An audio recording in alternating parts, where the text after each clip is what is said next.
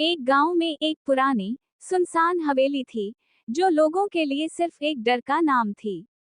रात के अंधेरों में इस हवेली से अजीब आवाजें आती थीं, कभी चीख, कभी हंसी, और कभी सिर्फ खामोशी का बोझ।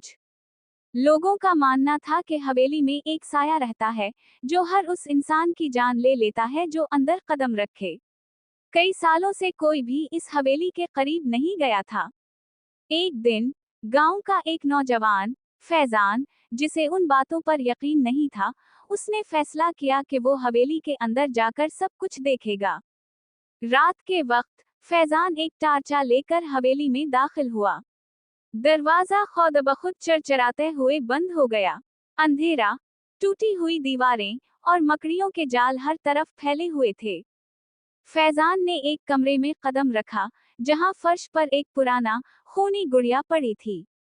अचानक गुड़िया की आंखें खल गईं और हल्की सी आवाज में हंसी गूंजी। फैजान घबरा कर पीछे हटा, तो एक पुराना आईना इसके सामने आया। उसमें उसका अक्स नहीं बल्कि एक औरत नजर आई जो सफेद लिबास में खड़ी मुस्कुरा रही थी। औरत की आंखों से खून बह रहा था। उसने फैजान की तरफ इशारा किया और कहा, तुमने आकर गलती की है, अब वापसी मुमकिन नहीं। फैजान ने बाहर भागने की कोशिश की, मगर दरवाजे गायब हो चुके थे।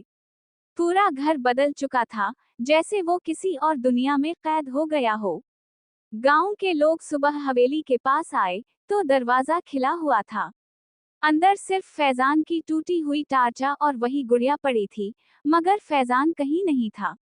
तब से लोग कहते हैं, रात के वक्त हवेली से एक नौजवान की चीखें आती हैं, जो मदद मांग रहा होता है, मगर कोई भी उसकी आवाज नहीं सुनता।